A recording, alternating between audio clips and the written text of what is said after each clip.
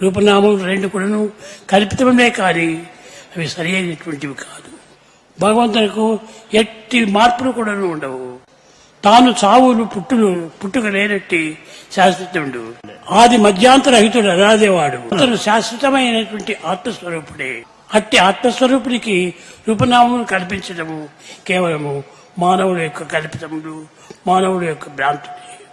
అయితే అట్టి formless card కూడాను భక్తుడు కోరినప్పుడు ఆ కోరినటువంటి కోరిక తీర్చే నిమిత్తమై ఆ రూపం ధరిస్తుంటాడు. నాకు కృష్ణ స్వరూపం కావాలి అని కోరినప్పుడు కృష్ణుడిగానే వస్తాడు. నాకు రాముడు కావాలన్నప్పుడు రామస్వరూపంలోనే వస్తాడు. రాముడు లేడు అక్కడ, కృష్ణుడు లేడు. కానీ ఆ భక్తుడి తృప్తి నిమిత్తమై ఆ రూపం ధరిస్తూ వస్తుంటాడు.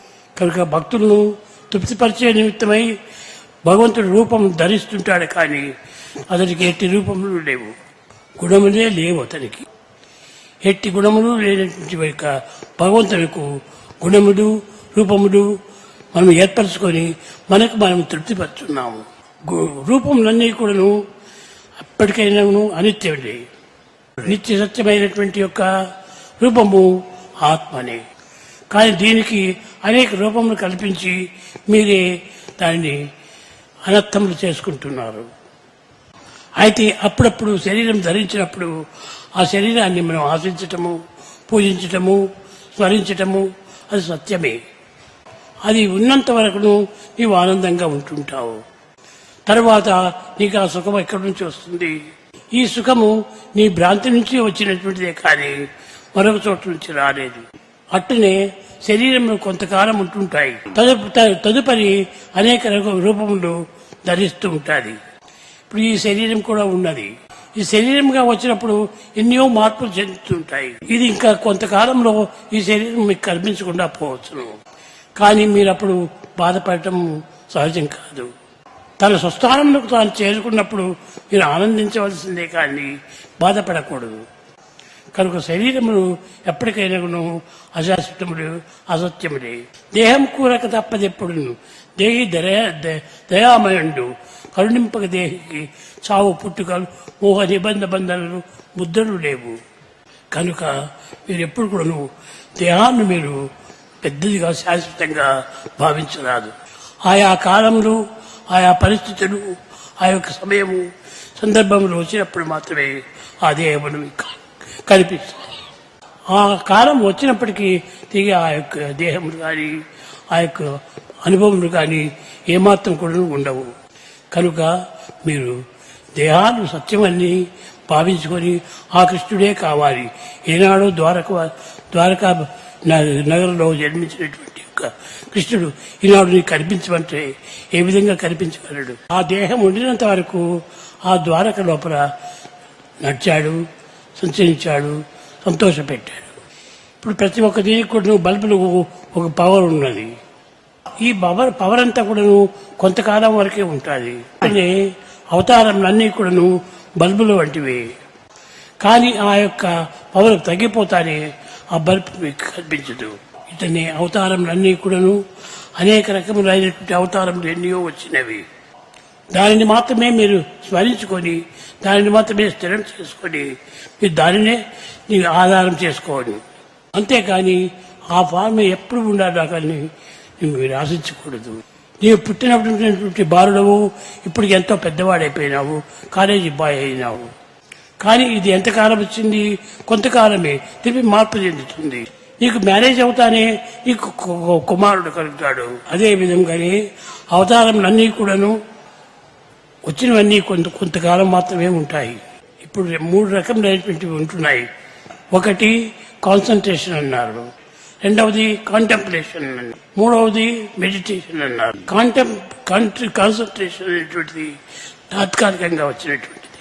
ఇప్పుడు మీరు చూస్తున్నారు చూడు, అది మీరు ఈ రూపాన్ని చూస్తుంటే అది కాన్సన్ట్రేషన్. అది కొంచెం కదిలిపోయినప్పుడు కాంటెంప్లేషన్ అవుతుంది. కొంతకాలంలో అది శాశ్వతంగా నిలిచిపోతుంది. అది శాశ్వతంగా నిలిచినప్పుడే అది మెడిటేషన్. కనుక దానిని మీరు మెడిటేషన్ చేస్తుంటే అదే నిజమైనటువంటి యొక్క శాశ్వతమైనటువంటిది. మీరు ఎక్కువ కాన్సన్ట్రేషన్, కాంటెంప్లేషన్ రెండింటిపైన మాత్రమే మీరు సవాల్ చేస్తున్నారు. ఇవి రెండు కూడా శాశ్వతాలు కాదు. అయితే ప్రప్రథమలో కాన్సన్ట్రేషన్ చేయాలి. ఈ కాన్సన్ట్రేషన్ కాంటెంప్లేషన్ కింద మార్చుకోవాలి. అనగా కొంతసేపు కదిలి కొంతసేపు కదలకుండా ఉండేటువంటి ఒక స్థితికి తెచ్చుకోవాలి. అట్టి రూపము ఎట్టి కాలం వచ్చినా ఎట్టి టైం వచ్చినప్పటికీ కదలదు, మెదలదు. కన్నును మూసిన తక్షణమే అదే నీకు కనిపిస్తుంది. మూసినా తెరిచినా కూడాను అదే ఉండేటువంటిది. అదే నిజమైన మెడిటేషన్. ఋషులందరూ అట్టి మెడిటేషన్ చేసినారు కనుకనే ఎప్పుడు తలచినప్పుడు వారి దగ్గరికి వచ్చి వారితో మాట్లాడి వారి కోరికను తీర్చుతూ వచ్చింది. అట్టి మార్పులు చెందినటువంటి యొక్క సత్యమైన, నిత్యమైన, శాశ్వతమైనటువంటి యొక్క స్వరూపాన్ని మనం హృదయంలో నింపుకోవాలి. ఏ రూపమైనా సరే మీరు దానిని ఇదే అది అని రాముడే, కృష్ణుడే, సాయిబాబానే అని భేదములు పెట్టుకోకండి. ఈ రూపములన్నీ కూడా మారుతూనే ఉంటాయి. కనుక మనము నిరంతరం కూడా ఎప్పుడూ మెడిటేషన్ చేస్తాము అని అనుకోకూడదు. కూర్చొని కళ్ళు మూసుకుంటారు మెడిటేషన్ అంటాడు. అది మెడిటేషన్ కాదు. ఒకవేళ నీవు థింక్ చేయొచ్చును, కానీ అది చలించేటువంటి యొక్క మనసు, ఒక స్థిరముగా ఉండేటువంటి దానిని నువ్వు మెడిటేషన్ అని చెప్పాలి. చలించేటువంటి దానిని మెడిటేషన్ అంటారు. అది కాంటెంప్లేషన్. ఈ విధంగా ఆధ్యాత్మికమైనటువంటిది ఎంతనో గొప్ప ఉన్నత స్థితిలో ఉండేటువంటిది. ఇది నా దేహము, ఇది నా భవనము అని చెప్పినంత మాత్రం అవంతా కూడాను భౌతికమైనటువంటివి. This is my body means my is separate. My tumbler separate, నేను సపరేట్. కాబట్టి అదే విధంగానే నా దేహము, నా మనసు, నా బుద్ధి, నా చిత్తము, నా ఇంద్రియము, నా అంతఃకరణ అనుకుంటే ఇవన్నీ సపరేట్ అయినటువంటివి. కాబట్టి అన్నింటికి నీవు సపరేట్ అయినటువంటి వాడే నీవు. కనుక నీవు సత్యనిత్యమైనటువంటి యొక్క సత్వాన్ని పొందాలనుకుంటే నీవు సరైనటువంటి ఆత్మతత్వాన్ని గురించి తెలుసుకోవాలి. ఈ సత్యమైనటువంటి ఆత్మస్వరూపము ఒక్క ఉపనిషత్తుల ద్వారా కానీ భగవద్గీత, భాగవతము, రామాయణము దీనితో వచ్చేటువంటిది కాదు. భగవద్గీత శ్లోకం చెప్తుంది కానీ తెలుపుతుంది, కానీ దాన్ని చూపించదు. యదా యదా హి ధర్మస్య జ్ఞానిర్భవతు భారత అభ్యుద్ధానమ ధర్మస్య తదాత్మానం సృజామ్యహం. అదేవిధంగానే వేదాంతం కూడాను చెప్తుంది, కానీ వేదాంతం దైవత్వాన్ని నీవు స్మరించు, దైవాన్ని నీవు హృదయంలో ప్రతిష్ఠించుకో అని చెప్పదు. ఈ బాడీ అనేటువంటిది ఒక బాక్స్ వంటిది. దీంట్లో మనసు, బుద్ధి, చిత్తము, ఇంద్రియము, అంతఃకరణ అన్ని కూడా ప్యాక్ చేసుకొని ఉంటుండాలి. ఎప్పుడు ఇవన్నీ పోతానే అప్పుడు బాడీ కూడాను నాకు ఇది ఎంత పని ఉంది అని అది కూడాను భస్మమవుతుంది. ఈ మెటీరియల్స్ ఉండేంత వరకు మాత్రమే ఈ బాక్స్ నాకు అవసరము. ఈ మైండ్ పోయిన తక్షణమే నాకు చాలా కుదిరింది అని అనుకోకూడదు. నువ్వు మైండ్ పోతే మరి బుద్ధి ఉంది. బుద్ధి ఉండినంత వరకును అంతఃకరణ ఉంటుండాలి. అంతఃకరణ పోయిన తర్వాతనే ఈ యొక్క దేహం కూడా కూలిపోతుంది. బహిర్ముఖమైనటువంటి యొక్క గుణములను మాత్రం ఆధారం పెట్టుకొని మనం అనేక కోపము, తాపము, ఈర్ష్య, అసూయ, డంబము ఇట్లాంటివంతా మనకు వస్తున్నాయి. కానీ ఎప్పుడు అవన్నీ పోతాయో అప్పుడే నీవు శాంతి.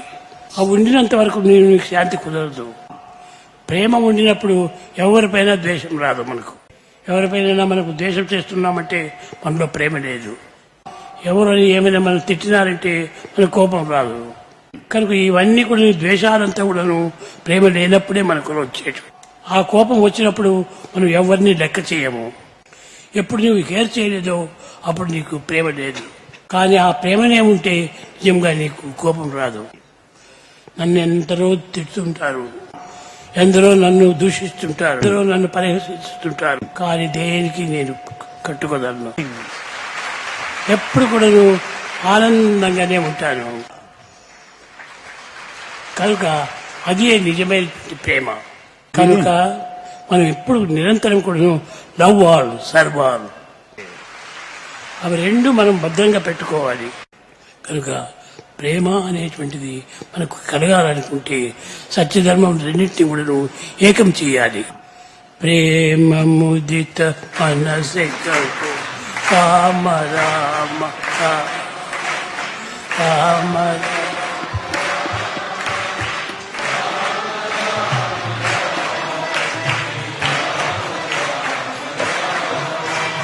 ప్రేమ ముదిత మనసే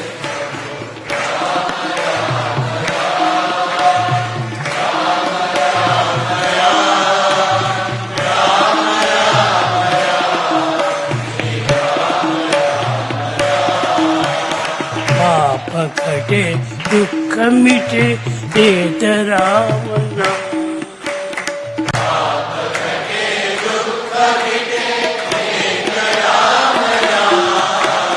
భవ సముద్ర సుఖదనావ ఏక రామన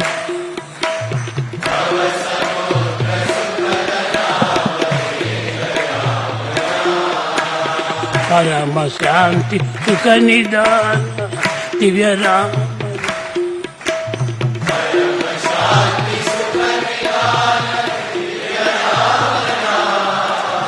निराधार को आधार एक रामन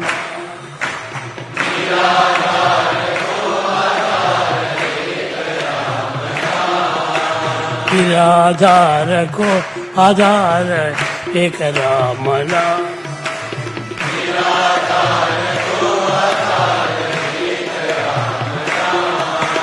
राम राम राम राम राम राम राम राम श्री राम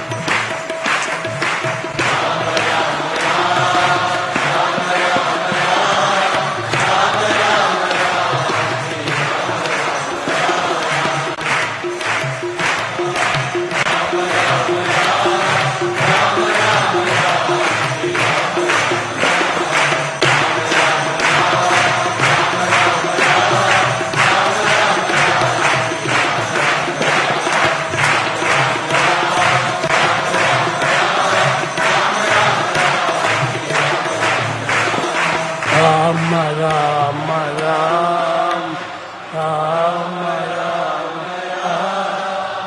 राम राम श्री राम राम నిరంతరం కూడా ఈ నామాన్ని మీ మనసులో పెట్టుకొని ఎప్పుడు కూడా స్థిరంగా ఉండేటట్టుగా మీరు దాన్ని పెంచుకోండి. కాంటెంప్లేషన్ కాదు, మెడిటేషన్ చేయండి. అది ప్రేమతో మీరు మెడిటేషన్ చేయాలి. లవ్ లేకపోతే ఇవి రెండు కూడా నిల్చోవు కదా. కనుక అట్టి పర్మనెంట్గా ఉండడానికి ఆ ప్రేమ ధర్మము రెండింటినీ కూడా ఏకం చేసుకొని నిజంగా ప్రేమను మనం పెంచుకోవాలి. అప్పుడే ప్రేమ నీకు నిలుస్తుంది. లేకపోతే టెంపరీగా చూసినప్పుడు ప్రేమ వస్తుంది, తర్వాత మర్చిపోతావు. Day and night, night and day ఎప్పుడు కూడా నువ్వు ప్రేమ ఒకటిగానే ఉండాలి. కానీ నీ మనసుకు కొన్ని అభ్యంతరాలు కలిగినప్పుడు నీకు కొంచెం ద్వేషంగా వస్తుంది. కాబట్టి ఇది మైండ్తో వచ్చేటువంటివే కానీ నిజమైనటువంటి ఆధ్యాత్మికం కాదు. టూ మచ్ టాక్ చాలా చెడ్డది. అది ఎక్కువ నేచర్ను హృదయంలో పెట్టుకున్నటువంటి వాడికి ఈ టాక్ ఎక్కువ అవుతుంది. కనుక నీవు టూ మచ్ టాక్ చేయొద్దు. దాన్ని సైలెంట్ అన్నారు. అని క్వైట్గా ఉండాలా. ఎంత మాట్లాడినా ఆ మాటకి ఎంతో అంత జవాబు. దానికి అధికంగా మాట్లాడితే దానికి అధిక ప్రసంగం అంటారు, అధిక ప్రసంగం అంటారు. అది మంచిది కాదు. కానీ పిల్లలకు అది చాలా ప్రధానము. ఈ వయసులోనే మంచి స్టడీ చేయాలి. టెక్స్ట్ బుక్ కాదు స్టడీగా చేయడం, మైండ్ మడిని స్టడీ చేయడం. నువ్వు క్లాసులో ఉన్నప్పుడు టెక్స్ట్ బుక్ నువ్వు చేసుకోవచ్చు.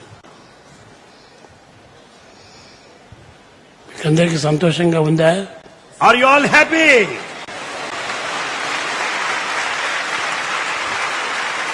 Be always happy, happy, happy.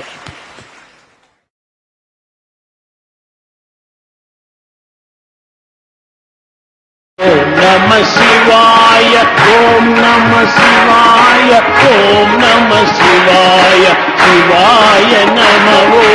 ఓం నమ శివాయ.